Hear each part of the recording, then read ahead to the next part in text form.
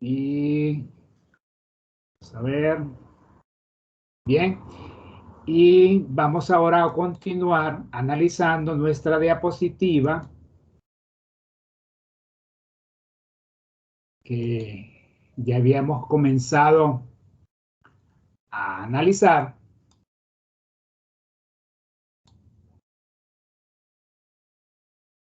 Entonces, retomando, porque todo lo primero que nosotros habíamos visto era la parte conceptual de lo que era la economía.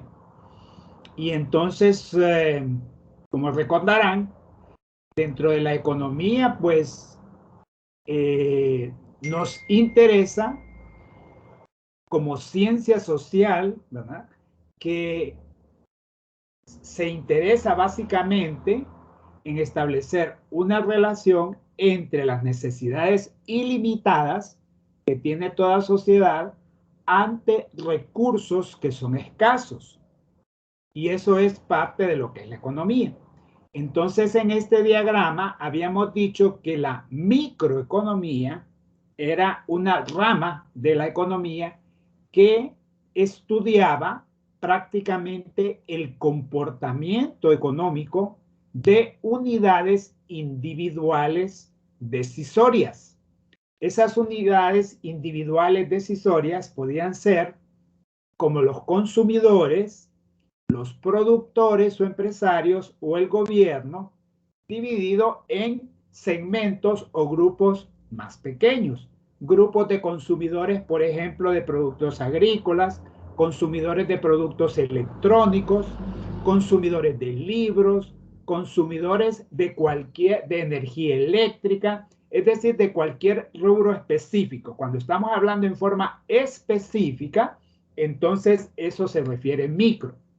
Lo mismo en el caso de los productores, ¿verdad? Los que producen agricultura, los que producen productos manufactureros, productos electrodomésticos, ¿verdad? O servicios, etcétera. Los empresarios, microempresarios, las grandes industrias, el gobierno, municipalidades, gobiernos locales.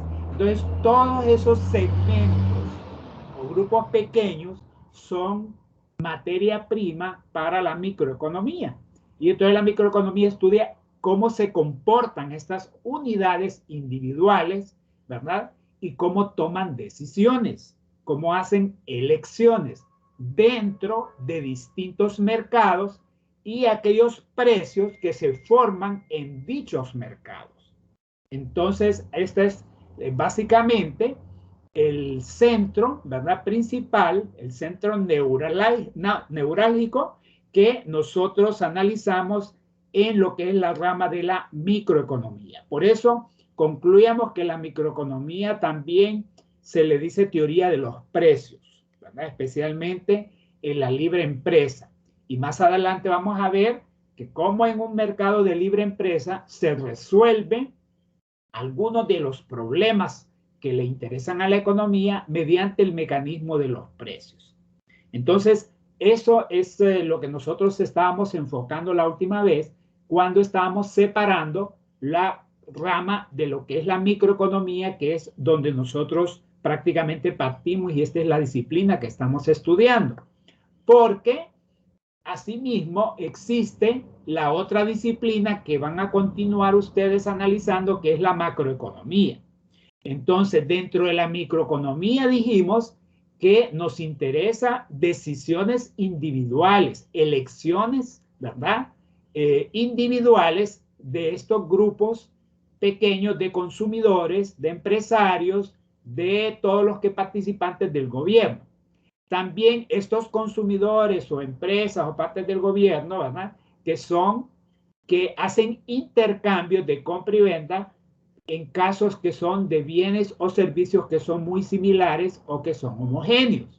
Entonces, no es lo mismo hablar del grupo de consumidores o de productores de gasolina o de lubricantes a que hablemos, por otro lado, del grupo de empresarios o de demandantes que es de productos electrodomésticos o de aquellos demandantes de productos textiles o de productos de lujo, de automóviles, de lápices, de papel, de educación, etcétera. Entonces, todos estos grupos que tienen homogeneidad en sus productos, nosotros no lo analizamos en la parte micro. En la parte macro no interesa analizar grupos así en forma individualizada, sino que se habla en forma agregada. Macroeconómicamente, uno habla de producción nacional o producción total. Ahí va metido todo. Ahí va metido todo lo que es manufactura, ahí va metido lo que es electricidad, ahí va metido todo lo que es agricultura en una sola bolsa. Entonces son valores agregados, ¿verdad? Se habla de inversiones, de consumos totales, ¿verdad? Se habla de niveles generales de precios. En microeconomía no hablamos de niveles generales de precios. Nos interesan los precios relativos o comparativos. Me interesa saber cuál es el movimiento del precio que tiene ahorita la gasolina con respecto a los demás bienes consumidos. O cómo se comporta el precio de que el pago de la facturación de electricidad con respecto a los demás bienes y servicios. O cómo se comporta el precio de los automóviles usados con respecto al resto de bienes o servicios. El precio de las hortalizas o de la carne de res con respecto a los demás bienes. Entonces, esos bienes, ¿verdad? Diferenciados. Esos son precios relativos, precios comparativos. Mientras que en macroeconomía se habla de nivel general de precios, sin hacer distinción de qué tipo de bien o servicio es, sino que se habla de una sola bolsa, ¿verdad? De un solo grupo, de un solo agregado de nivel general de precios. Entonces nosotros en la última clase mencionábamos que para comprender la disciplina de la macroeconomía tenemos que pasar primero por la disciplina de la microeconomía, comprender muchos aspectos importantes que vamos a ver en esta clase para que usted estos elementos básicos los lleve, ¿verdad? En sus conocimientos y que le abonen, que le sirvan para poder comprender mucho más la parte macroeconómica. ¿Verdad? Entonces hay personas de que solamente hablan aspectos macroeconómicos y entonces olvidan lo que es la parte microeconómica, que es fundamental. Entonces ambas herramientas, ¿verdad? Ambas ramas, si bajan si apagan el volumen momentáneamente algunos compañeros, por favor, para que no se oigan esas distorsiones cuando estamos dando la clase. Entonces, ¿verdad? Por favor, apaguen su micrófono y cualquier cosa, si preguntan, entonces ahí lo encienden y me hacen la pregunta. Entonces, para no interrumpir mientras estamos impartiendo los conocimientos de esta diapositiva. Entonces, aquí con esto queda diferenciado, ¿verdad? Lo que es la parte micro y lo que es la parte macro. Entonces, ahora ya están claros en qué rama están metidos ahorita. ¿Qué es lo que nosotros realmente vamos a ir analizando poco a poco, paso a paso, secuencialmente, durante el desarrollo de la clase de la microeconomía? Viendo esos comportamientos económicos, esas elecciones que hacen, ¿verdad? Las decisiones de sectores o grupos individuales y por consiguiente los precios que se generan dentro de esos mercados. Ya lo vamos a ir viendo poco a poco en la medida que vayamos avanzando. Como primer modelo económico, recuerda que nosotros cuando iniciamos, nosotros decíamos que en economía nos basábamos para explicar o aproximarnos un poco a la realidad económica, nos basábamos en ciertos modelos económicos. Este es uno de ellos. Esta es una descripción, ¿verdad? Este es un pequeño gráfico, un pequeño dibujo que nos trata de mostrar un tema que es los flujos circulares que se dan en una economía. ¿Qué es eso de flujo circular? Flujo, movimiento circular. Entonces, acá en este ejemplo, que es un modelito sencillo, pero que tratamos de explicar más o menos en qué consiste, entonces tenemos dos agentes principales, dos componentes. Por un lado, en este circulito amarillo tenemos las empresas y por otro lado tenemos los hogares o las familias. Por aquí está también el Estado, pero en este ejemplo, el Estado ahorita no vamos a hablar mucho de él. Solo vamos a hablar de las empresas y de las familias. Entonces, las empresas, ¿verdad? Siguiendo este flujo o este movimiento rojo que ve acá, vende bienes y servicios. Las empresas venden bienes y servicios. Y esos bienes o servicios vendidos son comprados por las familias. Entonces aquí vemos el primer movimiento, el primer flujo. Pero ¿quién coordina este movimiento de venta de bienes y de compra de bienes o servicios? Lo coordina un mercado. Y ese mercado es el mercado de bienes y servicios. Entonces, el mercado de bienes y servicios es el que muestra, ¿verdad? Coordina este movimiento circular que se da entre las empresas con las familias. Las empresas ofrecen o venden bienes o servicios, venden calculadoras, venden ropa, venden cualquier servicio de peluquería, servicios de educación, cualquier cosa, ¿verdad? Y todo eso es adquirido o comprado por las familias. Sí, dígame. ¿Era una pregunta? No, no solo era, fue una bullita que escuché. Ok, entonces, ahora, esto es coordinado por el mercado de bienes y servicios. Pero veamos el otro lado.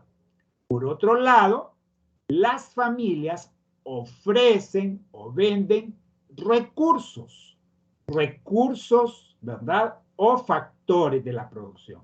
Muchas familias son propietarias de terrenos, de tierras, de edificios. Entonces también dentro de las familias tenemos fuerza de trabajo, somos trabajadores, cada quien tiene diferentes disciplinas. Solo en ciencias económicas, imagínense cuántas disciplinas hay y cuánta oferta de actividades diferentes hay. Que si es el programador, que si es el contador, que si es todo, ¿verdad? Todos tienen diferentes actividades o recursos que vender. Entonces, esos son recursos vendidos. Entonces, esos recursos vendidos o ofrecidos, ¿verdad? ¿Quién los adquiere? Los adquieren las empresas. Entonces, las empresas adquieren o compran esos recursos. Las empresas contratan personal que necesitan para el rubro que estén dentro de sus empresas. Si es de construcción, contratan albañiles, que contratan ingenieros, arquitectos. Si las empresas son tecnológicas, contratan personas que tienen que, los desarrolladores de programas, ¿verdad? Informáticos, los contadores, los abogados, todo eso, ¿verdad? Es el factor trabajo. Pero también las familias que son propietarias de sus recursos productivos, entonces alquilan un terreno, ¿verdad? Lo pueden alquilar para que lo explote y la empresa para producir caña de azúcar con productos agrícolas o para poner un estacionamiento, etcétera, o alquila un edificio para cualquier cosa. Entonces, todo esto que traslada a la familia, esos recursos que ofrece las familias y que las empresas los adquieren, ¿verdad? Se coordinan en otro mercado. Este es el mercado de factores. Entonces, aquí es donde se da el flujo, el movimiento. Miren, el movimiento circular de los mercados de factores y el movimiento circular que se coordina en el mercado de bienes y servicios. Pero internamente, en esta compra y venta de bienes y servicios, o en esta compra o venta de recursos o factores productivos, internamente las familias cuando adquieren bienes y servicios están gastando. Y ese gasto representa un ingreso para las empresas. Lo mismo en el campo de los factores, lo que pagan las empresas a los trabajadores, ¿verdad? Que es en salarios, o lo que pagan las empresas a los dueños de un banco por intereses, por los préstamos, entonces es un gasto, es un costo de las empresas que va a representar un ingreso para las familias. Entonces aquí internamente este azulito está generándonos otro flujo, el flujo de gastos e ingresos. Y el otro flujo rojo es el movimiento o flujo de bienes y servicios comprados o vendidos o recursos comprados o vendidos, coordinados por un mercado de bienes y servicios y un mercado de factores. Entonces, mire cómo este pequeño diagrama que tenemos acá representa un modelo económico donde lo que prácticamente vemos acá es un flujo circular. Aquí lo que estamos viendo prácticamente es cómo funciona, es el funcionamiento de la actividad económica en un mercado específico. Eso es lo que estamos viendo acá. Un funcionamiento, un movimiento de las actividades económicas dentro de un mercado, ¿verdad? Principalmente un mercado, como vamos a ver, un libre mercado. Ahora, el Estado no es pasivo. Aquí le pusimos ahí unas flechitas porque el Estado tiene que ver. Pero en este diagramita, ¿verdad? Porque empezamos siempre con un diagrama sencillo, le vamos haciendo agregados para ir encontrando detalles interesantes que se ven en la realidad. Entonces nosotros, si a este flujo le hacemos otros agregaditos, podemos encontrarnos con este otro flujo circular.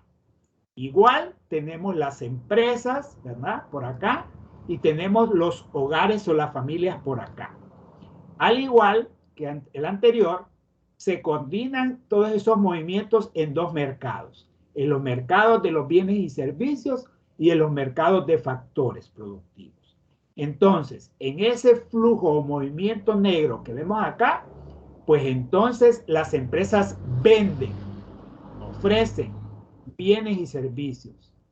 Entonces, hay una oferta acá. Y los bienes y servicios son adquiridos, comprados, demandados por las familias. Eso sucede, se combina en el mercado de bienes y servicios. Por otro lado, siguiendo el flujo, los hogares, las familias ofrecen factores productivos que ofrecen equipos o maquinarias para alquilar, terrenos, ofrecen fuerza de trabajo, talento humano, ¿verdad? Todo eso, ¿por quién es adquirido? Es adquirido por las empresas. Entonces, las empresas demandan factores de la producción. Aquí ya vamos viendo un concepto interesante. Demanda, oferta. Por un lado, las empresas ofrecen y las familias demandan en el mercado de bienes y servicios. Por el otro lado, las familias ofrecen y las empresas demandan factores productivos. Entonces, todo este flujo circular negro, ¿verdad? Que mueve bienes y servicios y factores de la producción, le llamamos flujo real. Entonces, el flujo real, flujo, es el movimiento, ¿verdad? De oferta y demanda, tanto de bienes y servicios como de factores de la producción. Eso es un flujo que se da y que podemos verlo en es, digamos, algo adicional, ¿verdad? Al modelo anterior que estábamos describiendo. Pero implícitamente vemos nosotros que los hogares, ¿verdad? Gastan, las familias gastan en el mercado de bienes y servicios y ese gasto, dijimos, viene a representar ingresos para las empresas. Si las familias compran combustibles, medicinas, etcétera, entonces las empresas, las industrias farmacéuticas reciben ingresos. Entonces, esta es la línea punteada. Por acá, en el mercado de factores, entonces, las empresas pagan, erogan, tienen costos de salarios, ¿verdad? Pagan salarios, pagan los alquileres de las casas o de los edificios que son dueños las familias, obtienen beneficios que son redistribuidos dentro de la empresa o que también son redistribuidos a la familia, por ejemplo, cuando se le paga a un CEO. CEO es, por ejemplo, el gerente máximo general que representa una industria, una empresa. Entonces el talento empresarial se paga, ¿verdad? Por esos beneficios pagados en dividendos. Entonces todo eso va a dar a los hogares o a las familias como ingreso o renta. Entonces, ¿qué representa esta línea punteada? Es un flujo también, pero ya es un flujo monetario. Ya estamos hablando de un flujo monetario. Entonces, como podemos observar acá, aquí ya tenemos otro, digamos, agregado, otro conocimiento adicional al flujo anterior. Este flujo que vimos acá sencillo, ya nos agregó un detalle más. Ya nos empieza a hablar de ventas, de compras, de demandantes, de oferentes, tanto de bienes o servicios como de factores productivos que se mueven en un círculo o en un flujo o en un ciclo permanente, un movimiento permanente, ¿verdad? Que está en movimiento y donde prácticamente, implícitamente, hay un movimiento monetario. En otras palabras, este movimiento que nosotros estamos viendo acá es un movimiento de dinero. Entonces, eso es el flujo monetario. Dinero que puede representar gastos para uno de los sectores y puede representar ingresos para otro de los sectores. Entonces, los flujos reales es el movimiento, ¿verdad? Circulatorio, o puede ser cíclico, ¿verdad? Interminable, de bienes y servicios y también de factores de la producción. Pero el flujo monetario es el movimiento de ingresos o gastos entre estos sectores que al final, ¿verdad?, se traduce en dinero. Es el movimiento de dinero. Entonces, eso nosotros en la realidad, nosotros lo vemos, lo palpamos, ¿verdad? Nosotros aquí lo estamos mostrando en un pequeño dibujo, en una descripción. Para eso son los modelos. Claro, el modelo es incompleto porque aquí faltan otros sectores, ¿verdad? Entonces, en la medida que uno va agregando más sectores, más actores económicos, entonces el modelo se hace más realista. La idea es irnos aproximando poco a poco a la realidad. Entonces acá, por ejemplo, tenemos este otro diagrama o flujo donde ya se ve un poquito más complejo porque ya estamos agregando otros actores, ¿verdad?, o componentes de la actividad económica.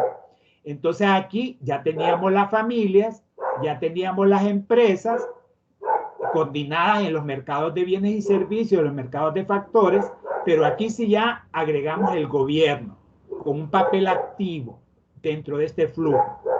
Y como nosotros no somos una isla y como los intercambios, ¿verdad?, no solamente se hacen internamente, ¿verdad?, las compras y ventas no solamente son internas, también nosotros lo hacemos con el resto del mundo, ¿verdad?, con otros países, a niveles regionales, a nivel centroamericano, a nivel latinoamericano, a nivel mundial. Entonces, el resto del mundo existe ahí. Entonces, acá es cuando entra aspectos importantes y de ahí nace disciplinas, ¿verdad?, importantes que conocen estas transacciones del resto del mundo. Los compañeritos que estudian comercio internacional, ¿verdad? De ahí nace la disciplina esta que tienen que ver todo el mundo, todo el panorama, todos los parámetros que tienen que ver con el resto del mundo.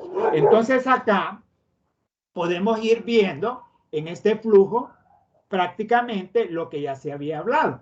Bienes y servicios, ¿verdad?, que las empresas proporcionan a las familias, ¿verdad? Y las familias, ¿verdad?, adquieren esos bienes y servicios, compran esos bienes y servicios. Las empresas, las familias ofrecen, ¿verdad?, los factores de la producción que son coordinados por los mercados de factores y van a dar a las empresas. Entonces, ese es el primer flujo que, como dijimos, que se llamaba, que ese es el flujo real. Pero también ahí se da el flujo monetario, ¿verdad?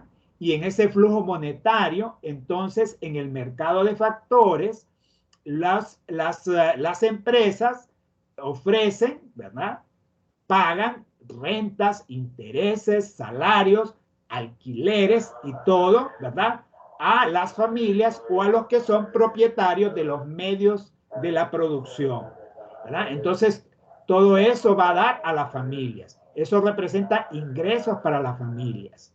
Pero las familias, cuando adquieren bienes y servicios, o también cuando las familias ofrecen, ¿verdad?, factores de la producción, se genera otro concepto adicional en estos flujos. ¿Cuál es ese concepto? Precios. Los precios. Entonces, se compra y se vende, ¿verdad? Se demanda y se ofrece en función de un precio. Y ahí entra en juego el precio.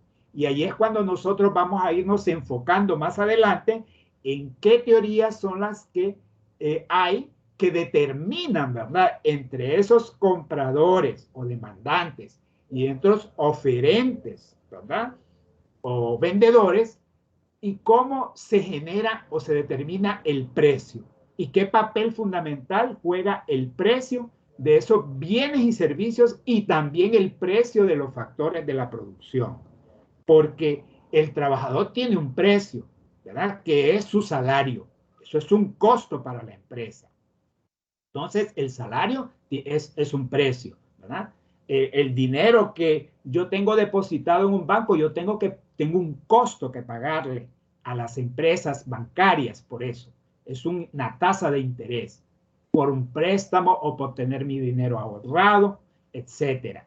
Entonces, o capital, ya sea en físico, en equipos, ¿verdad? El equipo alquilado, empresas que alquilan o familias que son dueñas de equipos, de maquinaria y todo, entonces que se lo alquilan a las empresas, o terrenos, ¿verdad?, tierra, de que en vez de estar en desuso, que no se usan, como vamos a ir viendo, el costo de oportunidad, un concepto que vamos a analizarlo más adelante. Entonces, en vez de tener muerta un terreno, ¿verdad?, tenerlo ahí cercado solamente para que lo vean, podríamos estarlo alquilando para un parqueo, podríamos estarlo alquilando para sembrar alguna cosa o para construir algo, etcétera. Entonces, ese es el flujo de dinero y todo ahí se mueve el precio. El precio, entonces, otro elemento, ¿verdad?, componente que entra en estos movimientos, en estos flujos. Y aquí el gobierno, pues, no tiene un papel pasivo, porque el gobierno de las familias puede estar percibiendo impuestos, ¿verdad? Los impuestos para que utiliza dentro de su presupuesto gubernamental. Y los gobiernos le pueden trasladar a las familias subsidios, ¿verdad? Hace poco, pues, vimos, ¿verdad?, que este gobierno ya subsidió a ciertos consumidores de energía eléctrica, ¿verdad? Entonces, que no paguen, que es gratis. Entonces, es una especie de subsidio. O transferencias. El gobierno hace transferencias a las municipalidades para satisfacer ciertas necesidades que tienen las municipalidades en construir un puente, en construir ciertas infraestructuras. Cuando hay esos huracanes y todo, entonces el gobierno auxilia, presta subsidios, etcétera. Entonces, ahí hay un proceso, un movimiento del gobierno con las familias. Pero también el gobierno tiene ese flujo con las empresas. El gobierno emplea gasto público, gasta, ¿verdad? Entonces, obtiene de las empresas papelería, obtiene de las empresas contratos para construir infraestructuras, carreteras, edificios, ¿verdad? con las empresas, gasta en las empresas para adquirir vacunas, ¿verdad? Que necesita para satisfacer las necesidades de las familias. Las empresas, por consiguiente, también pagan impuestos, ¿verdad? Entonces hay diferentes impuestos. Esto los contadores, los administradores de empresas que manejan muy bien esto, o también los de administración aduanera, ¿verdad? Que conocen mucho sobre lo que son las tarifas, los impuestos. Entonces todo eso, ¿verdad? Entra con la parte del gobierno. Y todo es coordinado en los mercados de bienes y servicios y el mercado de factores. Pero el resto del mundo tiene un impacto. El comercio internacional. Aquí está el comercio. Entonces, hay mercados de bienes y servicios que influyen en el resto del mundo y que se coordinan las empresas o la familia, ¿verdad? Exportan o importan bienes y servicios. Nosotros exportamos aquellos productos de que somos fuertes, que tenemos suficiente producción que otros países de repente no tienen. Exportamos un buen café, exportamos madera, que banano, que de repente hay otros países o regiones donde no existe o no se da la calidad de ese tipo de productos que se exportan. Pero al mismo tiempo tenemos necesidades del resto del mundo. Entonces nosotros necesitamos importar productos electrónicos porque no los producimos acá, ¿verdad? Entonces necesitamos importar celulares, necesitamos importar productos farmacéuticos, vacunas ahorita contra el COVID, contra cualquier virus que nos estamos enfrentando. Entonces esas grandes droguerías, esas grandes investigaciones, ¿verdad? Entonces necesitamos importar eso, necesitamos importar petróleo. No somos productores de petróleo y necesitamos nosotros para el movimiento de las fábricas, del transporte, etcétera. Entonces, las exportaciones e importaciones, ahí viene la gran necesidad de transar, ¿verdad? Realizar con comercio internacional en bienes y servicios. También en el mercado de factores hay exportaciones de factores e importaciones de factores. Exportaciones de factores, personas, estudiantes que se van a sacar maestrías o doctorados a universidades del resto del mundo. A veces a esto también se le llama fuga de talentos porque de repente hay personas que se quedan, ¿verdad? Fuera, se preparan y no regresan. Entonces ya es una pérdida de capital humano para el país. Entonces, pero también hay importaciones de factores. Nosotros tenemos que hacer contrataciones de personal, de cuestiones de que nos orienten, por ejemplo, para establecer un determinado software o instalar un determinado hardware. Los informáticos son especialistas en esto para, ¿verdad?, hacer el funcionamiento, ¿verdad? También tenemos que importar otro tipo de cosas, que nosotros tenemos que importar elementos tecnológicos. Ahorita en el campo digital, la famosa nube, tenemos que trabajar con tantas cosas. Entonces nosotros necesitamos, dependiendo, ¿verdad?, del paradigma donde estamos, que actualmente es el paradigma de la digitalización, pues entonces necesitamos importar muchos factores. Entonces todo esto que tenemos acá, implícitamente, aquí hay precios que se mueven, aquí hay un flujo real de bienes y servicios y factores que se está moviendo, y aquí también hay un movimiento permanente de lo que es los ingresos y gastos, que en suma es dinero, un movimiento monetario. Y eso es metiendo sectores como el gobierno y el resto del mundo. Y como ve, el modelo se vuelve más complejo. En la medida de que nosotros nos vamos aproximando más a la realidad, los modelos se vuelven un poquito más complejos. Explicarlos a través de un diagrama o un modelo. Por eso explicamos al principio que los modelos tienen ese limitante y por lo tanto son ceteris paribus, porque no podemos ingresar todas las variables, todos los elementos que uno quisiera, ¿verdad? Entonces, siempre van a quedar por fuera una serie de elementos. Por ejemplo, ¿qué otro sector se le ocurre a usted agregar en este flujo, ¿verdad?, que podría participar? ¿Qué otro sector, digamos, sería importante para usted, que no sea de la familia, que no sea gobierno, empresas o el resto del mundo? ¿Algún sector que se le ocurra que podríamos incluirlo aquí?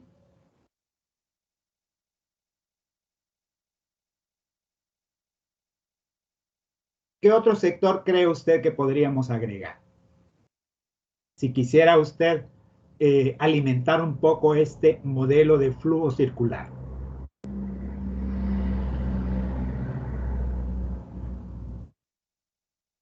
A nadie le ocurre nada, un sector. ¿Qué les parece si agregamos, por ejemplo, las universidades? Entonces, las universidades, ya sea públicas o privadas, también es otro sector, ¿verdad? Otro sector que participa del mercado de bienes y servicios, es coordinado, ¿verdad? El mercado de bienes y servicios y el mercado de factores. Las universidades ofrecen educación a través de sus docentes, etcétera, enseñanza para formar capital humano. Mientras que demanda, ¿verdad? También demanda catedráticos, demanda persona administrativa. Las universidades tienen que funcionar en forma administrativa. Los administradores saben pues que ahí hay tantos recursos. Solo la Universidad Nacional Autónoma, cuánta personal hay manejando todo lo que es la gestión de recursos. No solamente recursos financieros, sino que también todos los recursos productivos que tiene la empresa, la universidad, ¿verdad? Toda esa infraestructura creada, toda la coordinación, el talento humano, toda la institucionalidad, la parte legal, ¿verdad? La parte legal. También podremos meter otro sector como organizaciones no lucrativas, una iglesia, por ejemplo. El área de la salud. Perfecto, ese es un sector importante. Si no estamos hablando, ¿verdad?, de la Secretaría de la Salud de Gobierno, también el área de la salud, los hospitales privados. Ese es un excelente ejemplo el que plantea la compañera, ¿verdad? Porque también y que está muy de moda, todos los hospitales, ¿verdad?, necesitan también se coordina en mercados de bienes y servicios y en mercados de factores. Hay demanda de clientes, de pacientes, y también hay ofrecimiento de servicios para sanar enfermedades de toda naturaleza, especialmente en la actualidad que estamos con los problemas de esos virus, ¿verdad?, que nos está haciendo bastante daño. Entonces, el sector de la salud, ¿verdad?, mostrado como un hospital público o privado o droguerías, entonces entran dentro de este flujo. Como ven, nosotros le podemos ir poniendo como un rompecabezas, piezas adicionales, y podemos ir generando, pero que ustedes se va haciendo como más complejo, ¿verdad? Pero por lo menos la idea principal del modelo del flujo circular es, en definitiva, de que existen sectores que demandan, existen sectores que ofrecen, y que hay un mercado de bienes y servicios y un mercado de factores que coordinan esa demanda y esa oferta, y que esa circulación, ese flujo permanente, ¿verdad?, que se está dando, puede ser de bienes y servicios, puede ser de factores de la producción, o puede ser monetario, es decir, puede ser dinero, que representa ingresos para uno y costos o gastos para otro. En sí esa es la moraleja, digamos, el punto central, ¿verdad?, que o la enseñanza que tiene este diagrama. Entonces, eso nos ayuda. Imagínense, ahorita hemos hablado de un modelo que es un diagrama. Ya vamos a ir viendo modelos de otra índole que nos van a ir sirviendo para ir entendiendo lo que es la parte microeconómica. Ahora, nosotros en economía, ¿verdad?, hacemos dos tipos de análisis. Hay dos tipos de análisis que se realizan en economía. Un análisis que es positivo y un análisis que es normativo. Entonces, toda estructura de la ciencia económica, toda economía, hace estos dos análisis, positivo y normativo. En una forma sencilla, positivo es tal como nosotros vemos el mundo, lo que es. Son los hechos reales que nosotros vemos, ¿verdad?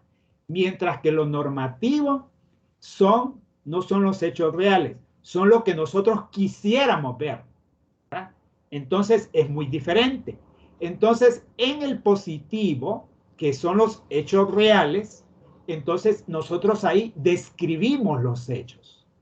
Entonces acá, el primer análisis positivo describe los hechos.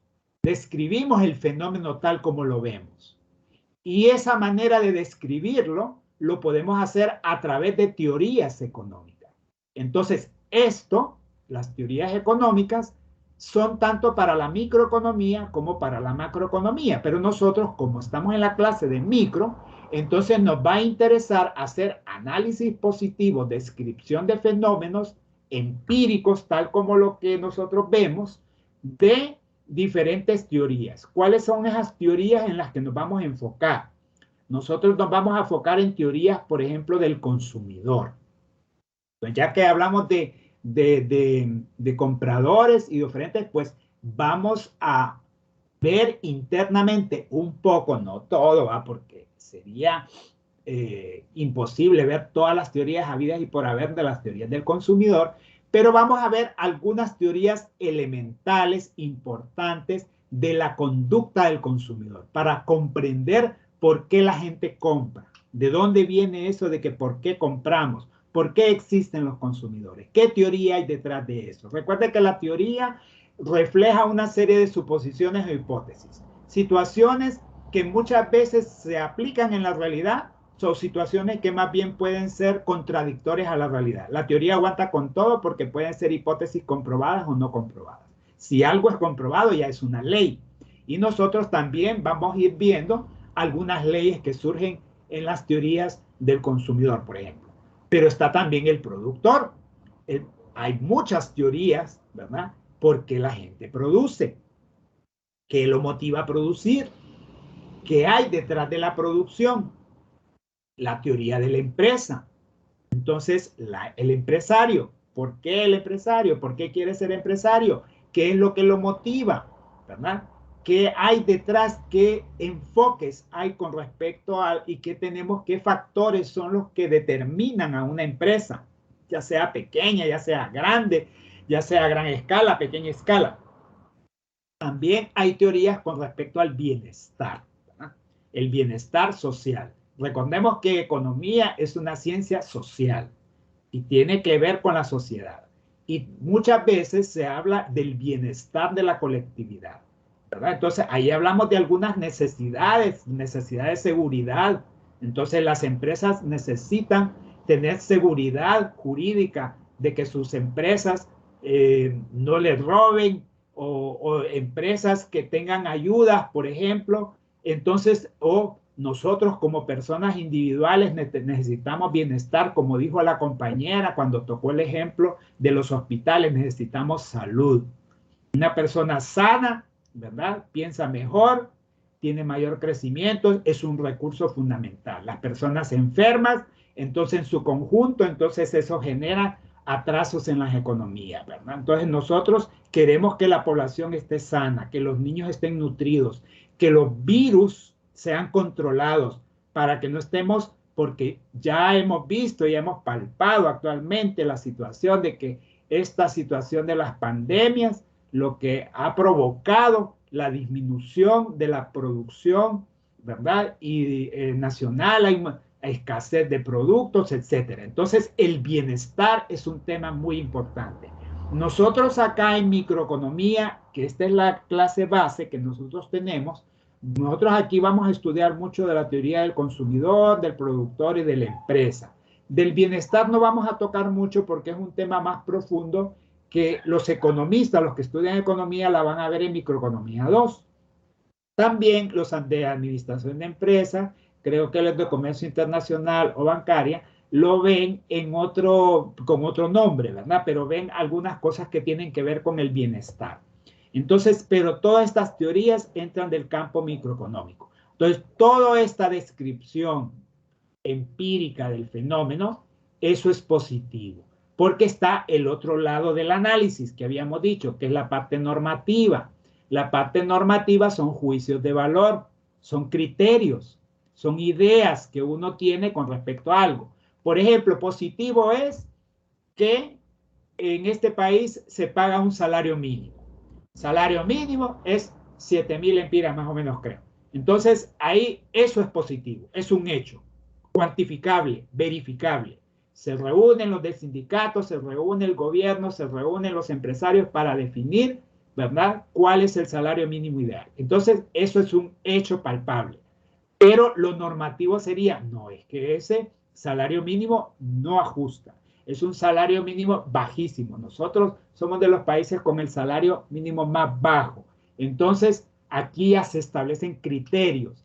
Lo que debería de ser es un salario mínimo más alto. Viene otro por allá y dice, no, el salario mínimo no puede subirse porque las pequeñas empresas son las primeras que sufren con los aumentos de salario mínimo, son las que generan más empleo, y cuando elevan cada vez los salarios mínimos, entonces elevan los costos de las pequeñas empresas, y esto es lo que hacen desaparecer las pequeñas empresas. Eso es otro juicio de valor.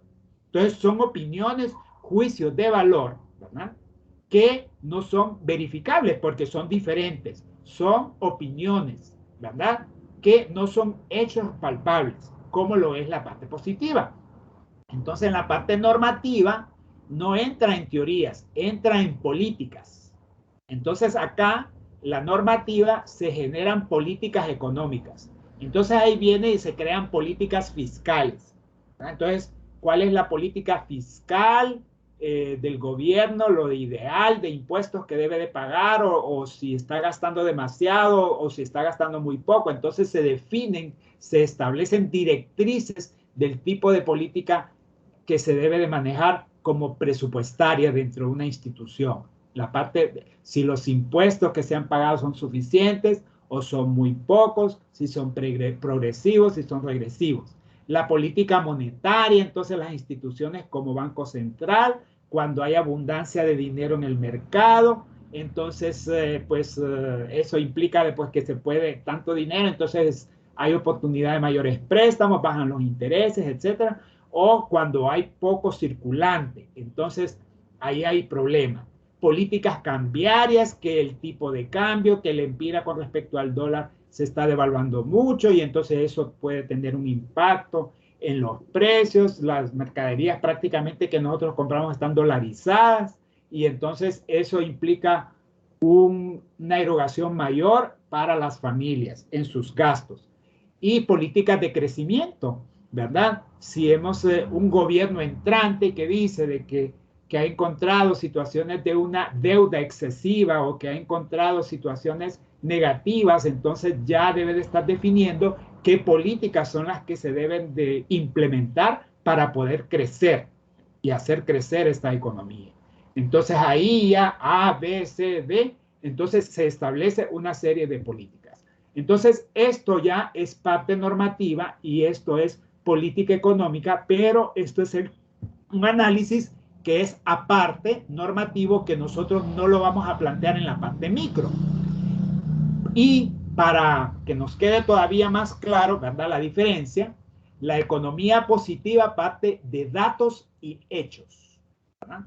Entonces, las estadísticas, por ejemplo, que nos presentan las tabulaciones, los datos, ¿verdad?, que nos dicen, digamos, en el sector salud, ahorita el ministro de Salud está revisando de que cómo está la situación de las finanzas del Ministerio de Salud, si hay dinero suficiente, qué datos hay de los salarios que se pagan, o cuánto se ha destinado a vacunación o a programas de vacunación, o cuánto se ha destinado a protocolos, o cuánto se ha destinado. Entonces son los hechos los que hablan. Entonces esto es lo que es. Entonces de esa información nosotros es cuando creamos modelos y establecemos relaciones de causa-efecto. Identificamos cuál es la causa, cuál es el efecto. Tenemos datos de la gente de que migra, ¿verdad? Hay instituciones que llevan el cálculo de cuántas son las personas que están emigrando del país. Entonces establecemos modelos para determinar quién es la causa. El efecto es la migración, el montón de gente, las bandadas de gente que se están yendo hacia Estados Unidos. Entonces, ¿qué causa eso? Unos dicen que es desempleo, otros dicen que es inestabilidad política, inseguridad social, tantas cosas. Entonces, todo eso es parte de la economía positiva. Hay que estudiar esas situaciones. Entonces, definimos cuestiones económicas que pueden ser refutadas científicamente porque son teorías. Nosotros establecemos teorías, hipótesis, suposiciones que bien podemos estar en lo cierto, bien puede ser que no. Entonces, las teorías de todos modos pueden ser comprobables o no. Entonces, son situaciones objetivas, empíricas que vemos y hacemos descripciones de eso. Eso es lo que nosotros vamos a hacer en microeconomía. Esta parte, lo que está a la izquierda, lo que vamos a hacer en microeconomía. Economía positiva.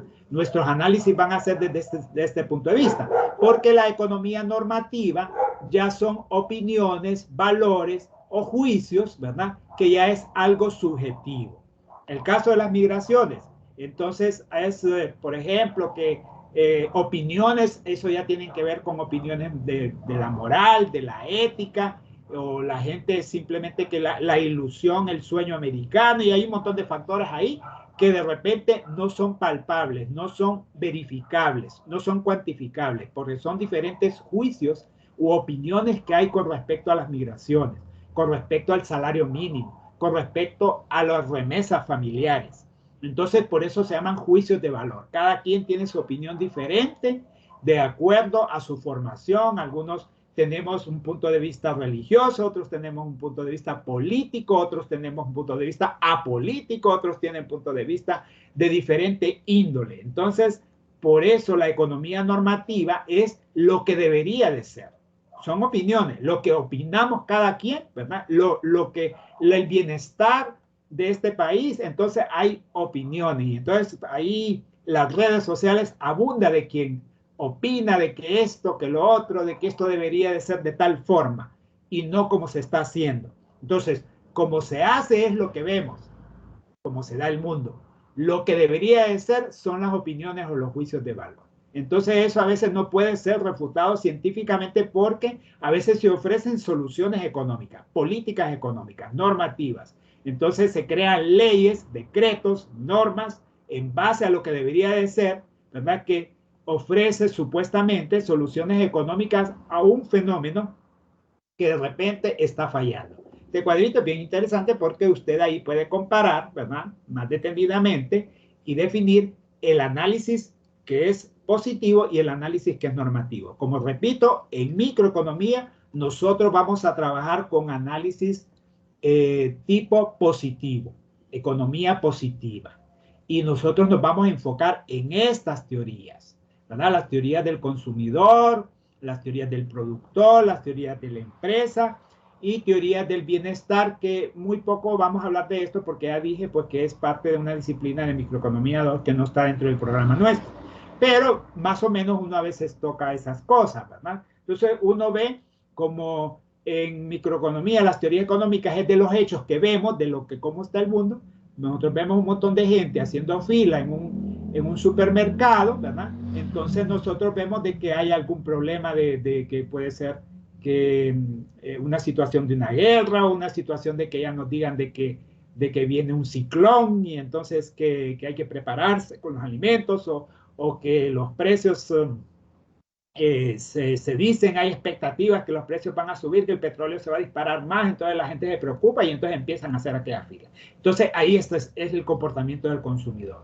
Y entonces, y casos como esto de empresas, ¿verdad? Que para funcionar, entonces funcionan, pero también crean, como vamos a ver más adelante, situaciones negativas. Miren, dos personas que están haciendo ejercicio y están respirando aire impuro. Están respirando este humo que daña a las personas. Entonces esto tiene que ver con cuestiones del bienestar, pero tiene que ver también con la empresa, porque la empresa pues utiliza insumos, costos para generar todas estas cosas o tiene que ver con los productores. Entonces todo esto nosotros lo vamos a ir viendo poco a poco, no en su totalidad, pero vamos a ir viendo detalles específicos de las teorías enfocados en la parte microeconómica, ¿verdad? Teorías económicas, microeconómicas dentro de un análisis positivo, lo que es, lo que vemos, ¿verdad? Entonces, eso es lo que vamos a ver. me voy a quedar acá para el ejemplo, seguirlo mañana. No sé si tienen alguna pregunta o algún aporte o alguna cosa que quieran comentar con respecto a esto que hemos hablado el día de hoy.